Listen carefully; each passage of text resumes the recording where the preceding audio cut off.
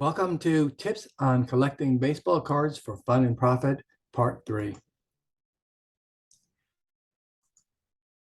Vintage cards are one way to basically collect cards, and hopefully they will gain in value in later times.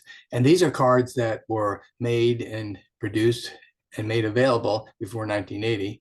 And the earlier the card, the better in terms of profits. Rookie cards are the key card to collect for profits, or sometimes referred to as the first card in a particular set. This would be also found in updates and also referred to as draft picks and prospects. The condition of the card is another consideration, and naturally, a grade gem mint of a 10 would demand the highest price. It may be out of your price range, though, and unattainable, so that collecting cards at lower value, like a PSA 5 to 7, might be more advantageous in terms of your budget as well as resale. Hall of Famers are always a key item to collect. Sometimes you can even make more if you can predict who is going to be a Hall of Famer, and those who have been almost elected the previous year might be very valuable to collect the next year in order to profit from those particular cards. Also, other cards other than Hall of Famers would include individuals who have earned a most valuable player or are perennial all-stars. The brand and manufacturer of the particular card is key, as during certain years, certain brands demand more than other brands. These brands naturally include Topps, Donruss, Fleer, Score, Upper Deck, and Bowman as the signature series, and there's other kind of brands that are within the companies that also, in those years, have a high market value. The popularity of the player plays a key role in its value, as, for example, Deion Sanders, being a two-sport pro, was exceedingly valuable at the time, as well as his personality.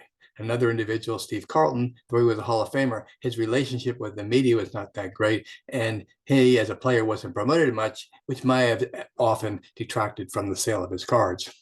And also, in those vintage cards, if the players remain current, in other words, if they continue on as a coach, a manager, a sportscaster in advertisements, will demand more from the public in terms of the price. Parallels, that is, different versions of the same card.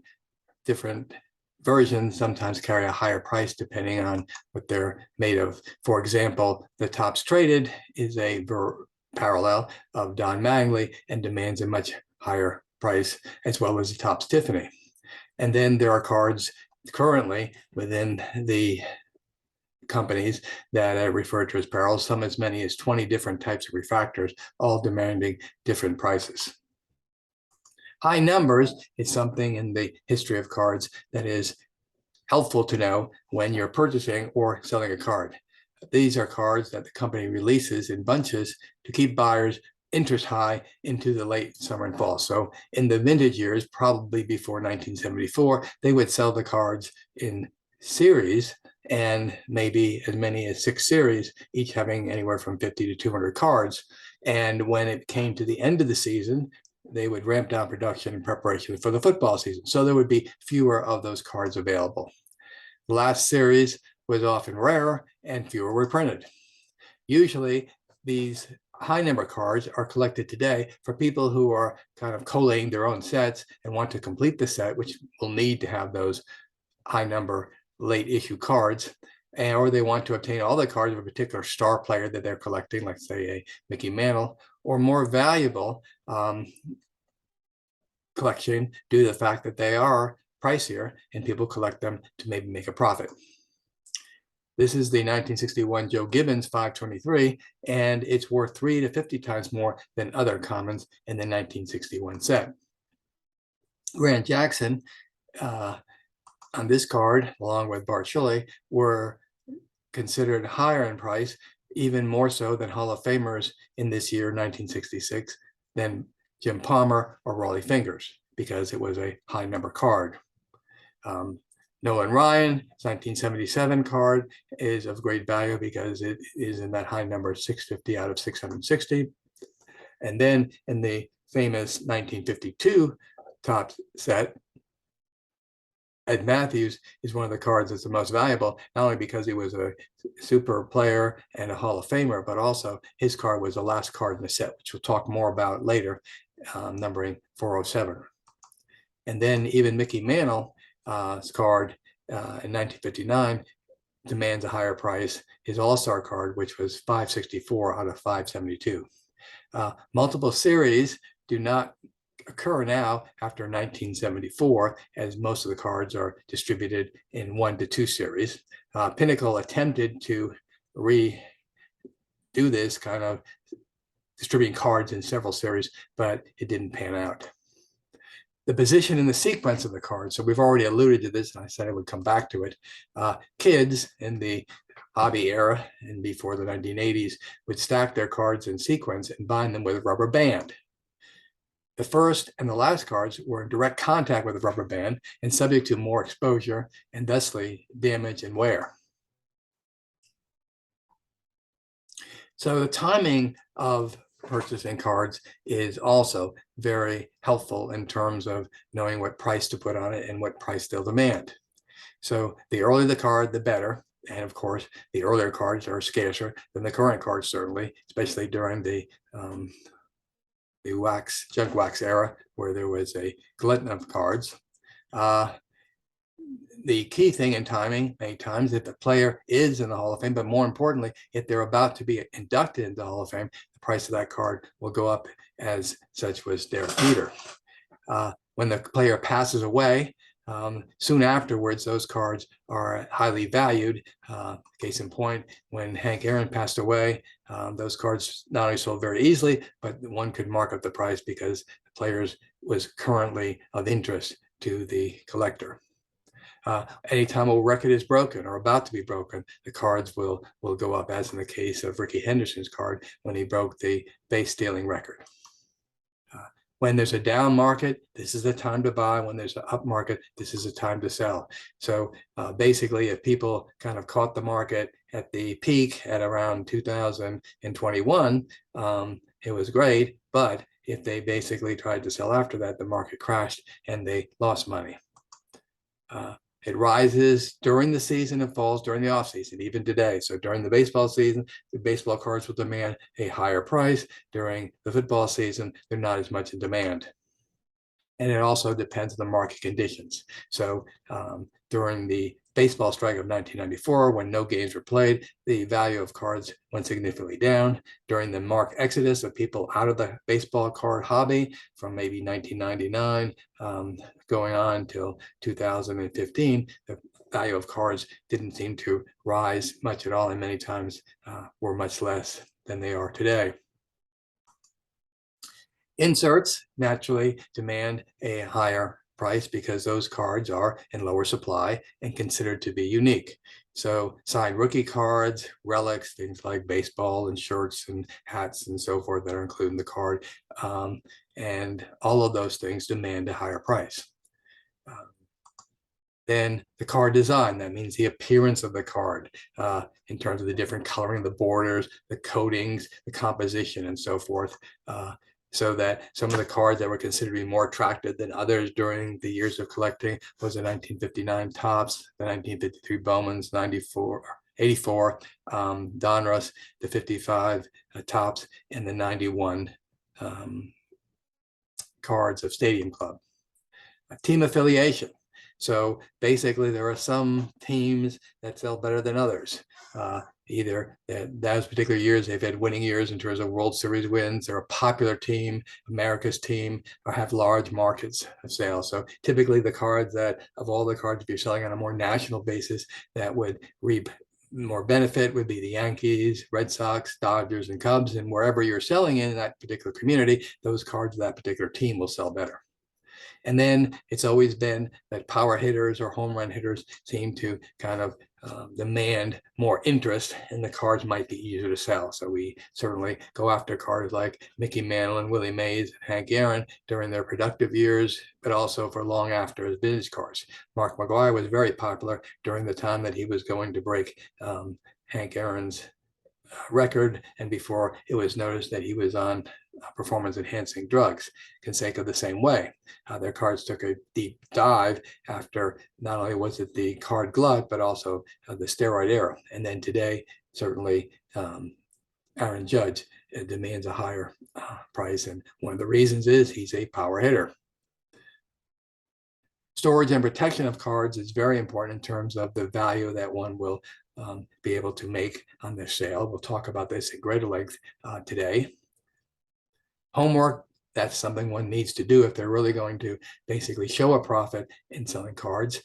Know the player's potential and longevity. So there's some speculation there, and it's important to know whether the player's injured, whether that card is something you want to hold on to, or the player will never return to its previous prominence.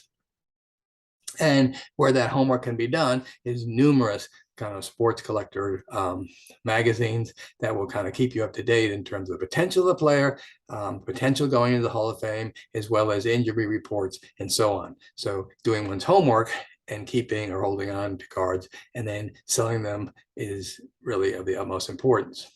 Print runs, and again, in this talk later, we'll go into this in great detail, whether they're single prints or double prints or limited prints. This all goes into the concept of rarity or scarcity, which certainly contributes to whether that card is valuable or not.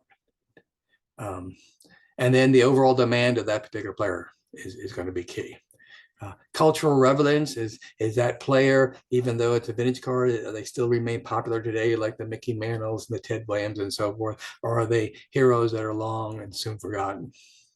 And one, if they're serious about basically making profits off their baseball card, or at least getting something back in return for those cards during the junk wax era, that it's important to execute patience in dealing with the unpredictability of the world of sports. Some people feel that the interest in baseball is getting less and less each year, and other sports are getting more relevance, particularly soccer and so forth. So also in terms of projecting or speculating whether a card as a rookie, that player will be eventually better, then one probably would be better to hold off, have them have their low years, and then purchase the card rather than immediately jump all over the card and pay the high prices when it's initially released to the public. Where you purchase your card is going to make a difference in terms of your profits. And then there also where you're going to choose to sell those cards. And there's numerous options where one can sell the cards. Some more convenient than others. Some take a lot of work. Some are going to pay a lot less than the value of the card. But one has to basically, by trial and error, find out what fits their needs. And there's lots of choices out there today. The other thing that's going to basically play a big part in terms of the profit of one's particular cards, the variations, errors, parallels, chase, insert, redemption, and profit. And these are terms that people who are in the hobby are very familiar with, but newcomers, they kind of need to kind of update what they understand about these terms. So variations is something that's subtly different. And a lot of times a variation might be an error in the card or something that happened unintentionally, and the value really doesn't occur if they don't correct the card. If they correct the card, then there's probably two cards out there, one being less produced than the other and more valuable. And an example of this is the Willie McCovey card. You can see there's a difference in his last name as far as the coloring. There are parallels. These are cards that have the same design and photo, but different color schemes. So you see, as we talked about with the refractors, you're going to have numerous, as many as 20 or more different types of parallels for the same player in different colors, refractors, and so forth. Chase cards are bonus cards that are contained in factory sealed sets. Sometimes they're also referred to as inserts. These are random cards randomly inserted in at various times, as a Frank Robinson, Thomas was in the score sets. Redemption cards are inserts that are mailed are posted to the manufacturer for special cards. So you get one of these redemption cards, you send it off in the mail, and then get back a card. And you would assume that it's going to be in less supply and a unique card that may be valuable in the future. Promo cards are distributed in advance of the sets being available to promote the upcoming project. And the famous 1989 Upper Deck set, one of the promo cards was Dwayne Boozy, who basically was a baseball player who worked and was paid a large amount of money to be a part of Upper Deck at the time. So card composition, or basically what they're talking about, is the coating that's in the cards that makes them different and some more valuable than others. So foil cards are metallic coating, giving the card a shiny look. And most people who are familiar with the Derek Jeter cards see that this is one of the most valuable, this foil card that came from Upper Deck. Foil stamping is metal printing that occurs in the card, and the 1991 Topps set was the first to basically have this in their sets options. Holos are embossed patterns that diffracts the light and shows the different colors of the spectrum at different angles. And these were available certainly with Upper Deck in the early 90s. Chrome cards are a shiny, more durable sheet of chromium is glued to the plastic sheet. It's in Bowman and Topps and so forth continue to promote their chrome cards, which carry a higher value. Refractor cards are something that kind of in the current interesting cards are very popular, and you take the card and you move it back and forth and you can produce a rainbow like reflection, and there's many different types and colors in these particular cards. Also, historically, there have been 25 karat gold plated cards that were put out by Stadium Club. There are embossed cards or raised pattern that the pattern stands out, and Action Pack came out with those. Then there were cards that were acetate cards printed on translucent stock, similar to plexiglass. There were three-dimensional cards actually as early as the 1968 with Kellogg's and the Topps brand. And there also were magic motion cards where some players using three different pictures looked like if you kind of move the card, the player was actually batting or catching or sliding or pitching. Okay. So there is value in taking care of your cards, as most people have learned, and the different graders are out there charging different prices, and sometimes these cards will demand anywhere from 5 to 20 times more their value when they're just raw or ungraded. Today, all collectors, though, know how to preserve their cards. So when a person gets a card, opens a pack, so forth, they immediately take it out carefully and put it into a protective covering. The vast majority of new cards, unfortunately, get high grades, which dilutes the card's value. So in other words, that at least, even though there were multiple and mass production of cards in the 80s and 90s, if you were able to send it in and get it graded at a 10, it potentially gave it much more value. Today, everyone's saving their cards to protect them and all sending them in, they're all coming back with high grades. So therefore, they're not as rare as is going to demand a higher price in some cases.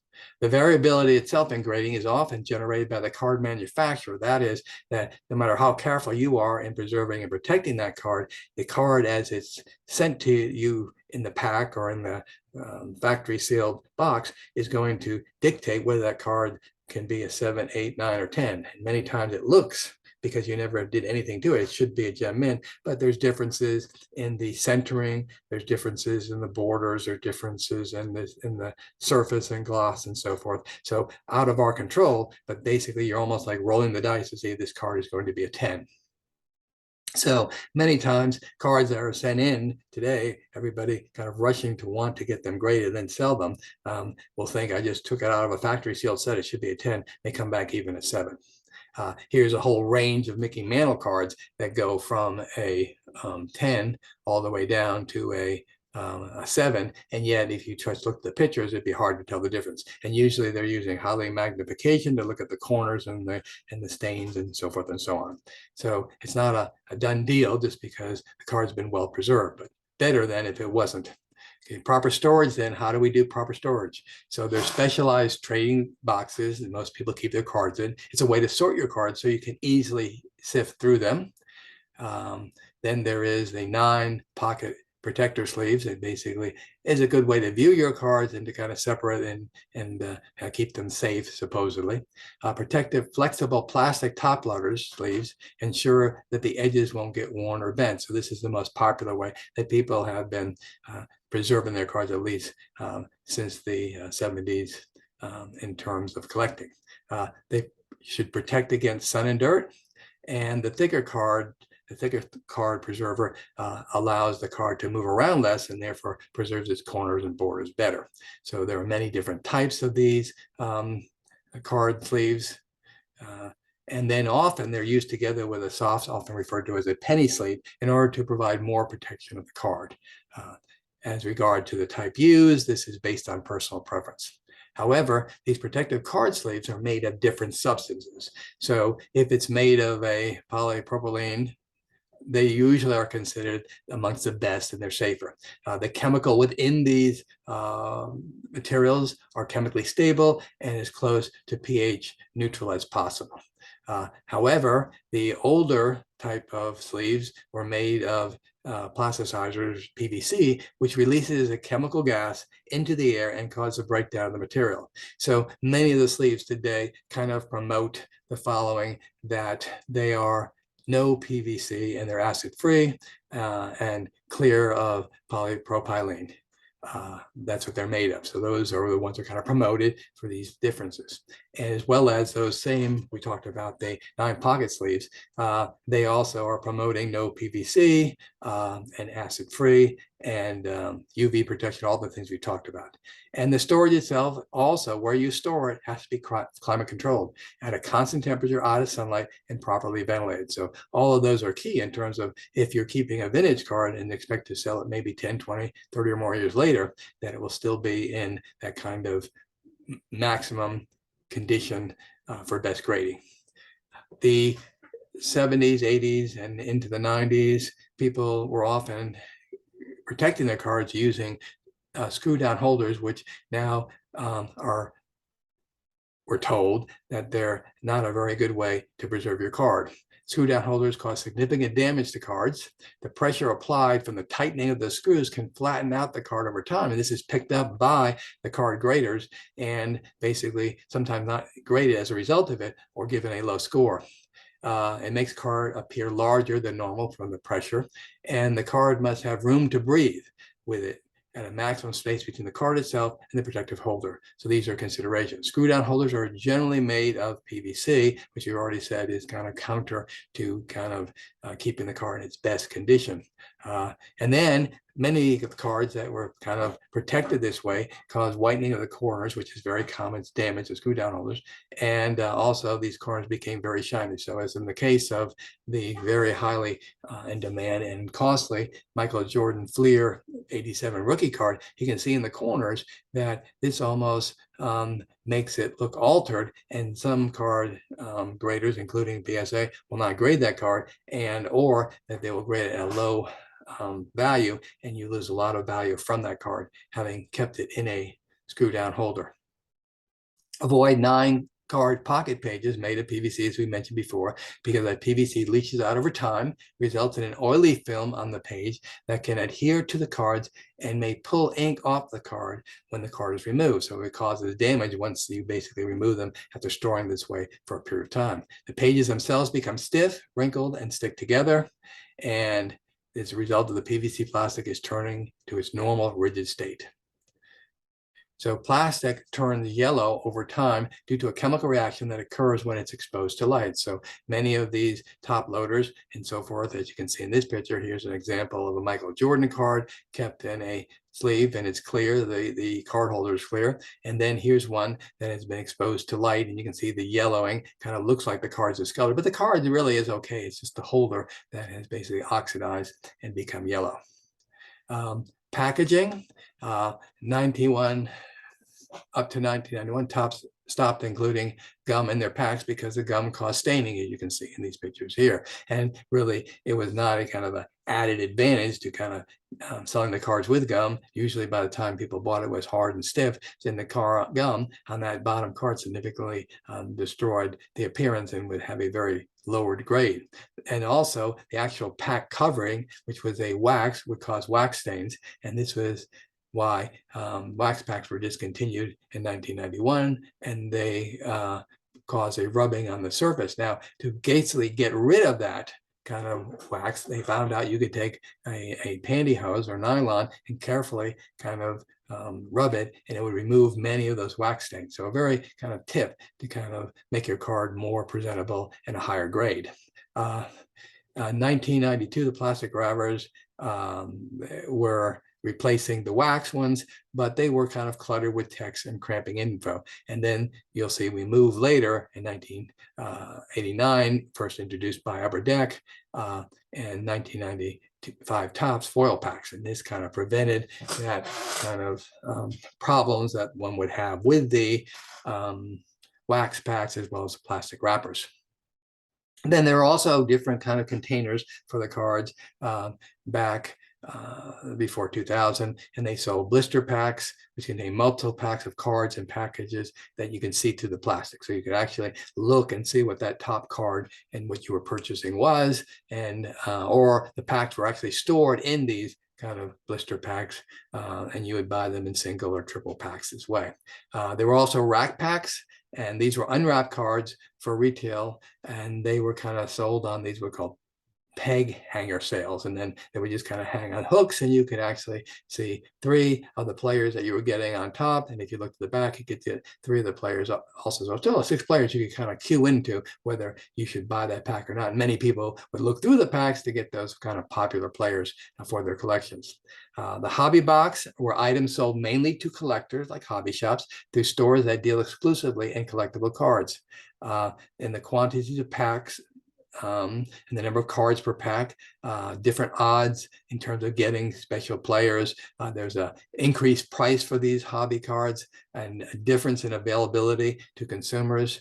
There were more maybe exclusive inserts like autographs and parallels in these particular cards. So hobby boxes became kind of popular for people who collected, and certainly seemed to be more profitable in the long term. So now you have the difference between complete sets, like master sets. It's not well defined, but really a base set and all readily available inserts that did not include the promos, the relic cards, the autographs, and mail-ins. Factory sets were complete base sets containing the standard cards, and they were assorted in order and sold from the manufacturer. So they came in several different ways. It could be a factory sealed pack so that you couldn't open the box to look in and it hadn't been tampered with once you bought it, or you could purchase a factory white box that basically had the same cards, but it was able to be opened and looked at. And then a lot of individuals during the earlier years of cards would just buy packs and collate their own collections in the following manner, either in these collated boxes or with these 9-page binders. So when we come down to what is basically happening in terms of the rise and fall of value in cards, has to do with scarcity, and that scarcity is sometimes perceived or actual. So the thrill of investing has everything to do with scarcity. In other words, if you've got a special card nobody else has, then it's going to be worth a lot more. And that makes it exciting that despite the player, that this card is scarce and more valuable. But as we unfortunately have found out in the card market and the card companies, the scarcity can be engineered. Card collectors in the 80s and 90s, and perhaps even after, were clueless to the most major card sets, that they were available in the millions and millions of cards, and there were so many that it really wasn't really scarcity, and that's kind of being the major cause of the low value of cards in the junk wax era. Card companies did not publicize production runs, so you had no idea, couldn't find out exactly how many cards were available in those, certainly those base sets. Topps will even warn in their stock fund prospectus on long shot cards and the speculation cards, rookies and so forth. Topps does not in any manner make any representation as to whether its cards will attain any future value. And PSA Gem Mint 10 implies scarcity. And so that many of the cards, and certainly came out in 2019 with the Zion Williamson, because whether there were many or not, to get a 10 was making it super valuable. And so the whole card industry started to take off in terms of grading cards, getting a 10 and making them perceived to be scarce. Another great example that most people are familiar with is the 1906 Honus Wagner T206 card. In 2021, that card sold for 7.25 million. Reason for its scarcity was because the American Tobacco Company pulled these cards from production. The reason being either Wagner didn't want his likeness being used to promote tobacco. He wanted these kids that were basically getting the cards not to kind of associate it with tobacco, or he didn't feel he was being properly compensated. We really don't know what the reason is, and depending on what story you hear and believe. Only 50 to 60 copies of this particular card are supposedly in existence. Some people say less than 50, making it one of the rarest sports cards in the world. But even rarer, again, going to the grading of the card and the quality of that card gives it this high price tag. In fact, it's not the most expensive card that has been sold in the market. In 2022, this year, the 1952 Mantle sold for 12.6 million. And apparently of those particular cards, there are 1,759 that have been graded. But this one particularly demanded a lot because it was so well preserved, and just the rarity of getting such a card graded to be that high 9.5. So print runs are designed to meet the demands. They're not printing cards to basically make them valuable. They're making cards because they want to make profits. So the more they sell, the more they make, the more they sell. And so short print cards happen to be kind of early on, they were printed in lesser quantities. And then there are levels of this that have occurred now. So now we have short print, but we have super short print and even ultra short print, which is even fewer. But historically, these short prints demanded more. So for example, the 1964 Koufax Topps Giant is worth more than the Mantle in the same set because it's a short print and therefore fewer of them and more value. Double print cards, or DP, there's more printed, especially it's printed above and beyond. They were printed in higher quantities than the typical card from the same set. So during the junk wax era, the cards certainly in the 90s that hold some value still were the 1991 Donruss Elite inserts. Then they maintained their value, as I said, during the junk. And they were limited, even though this might not sound like a low number, those cards were limited to 10,000 and demand even a higher price today. So today, there is some difference between vintage and modern SPs, and difficult to know which ones are and which ones are. So vintage SPs are caused by cards being printed on sheets with a number of cards per sheet that did not evenly divide into the total count of the set. So it's basically was a condition of making these sheets and the number of cards in the sheet and the number of cards in the sets, and cards that basically weren't kind of produced as much based on where they were located in this particular, on these particular sheets. And to find out which cards kind of fit this SP, one could basically go to the Cardboard Connection and Google in 65 Topps baseball cards, and you could get a listing of those specific SP cards. You can also look at Beckett cards and other vintage price card guides that will basically often list which cards that are more valuable and which cards are SP. And these are often available on Amazon or any bookseller in terms of looking back when these cards were more prominent. Modern SPs today are not basically the accident of the sheets, but basically are included on purpose to make them more valuable and make purchasers think that they're kind of looking for this special card and rare card. So how to identify a short print card?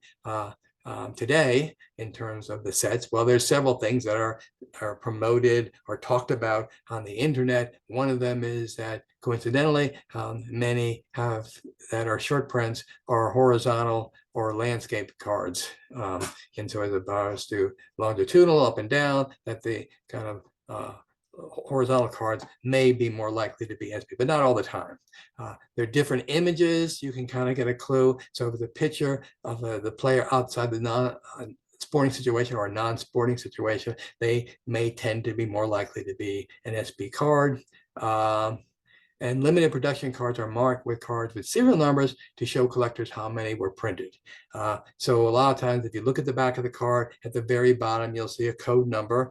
And if that variation card, SP, will be different if it is different than the base number. So in this case, you can kind of often see that, wow, it's a SP because it's 560 as opposed to the base number, which is 543. And then we see the SSP variation as well, the ultra variation, which each is more limited. Another way to identify the short prints is to Google it.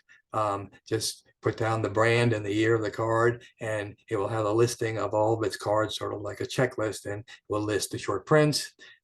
Sometimes you can refer to a valuable site that's called the Cardboard Connections, which actually for each set has its variations and checklist. You can look up high-end versions on the PSA population report. Will give you an indication of which cards are short print. Or you can go to Beckett and log in the 222 Top Series 2 Baseball Variation Guide at these different sites. And so there are ways, it takes a little work to find out which cards are SP. And if these cards are, they will have more value because there's kind of more scarcity and there are less of them made. So those are some ways to kind of check out. So if you are interested in learning additional information about the baseball card industry, the history of baseball cards, or profiting and investing in baseball cards, or ideas to bring the fun back to collecting, be sure to follow us below. Feel free to view our library of YouTube videos, and please take a moment to hit the subscriber button. Also, check out our eBay store, where we will have available for sale many of the cards shown in these videos. So that's it for now. Take the rest of the day off, and we'll talk to you later.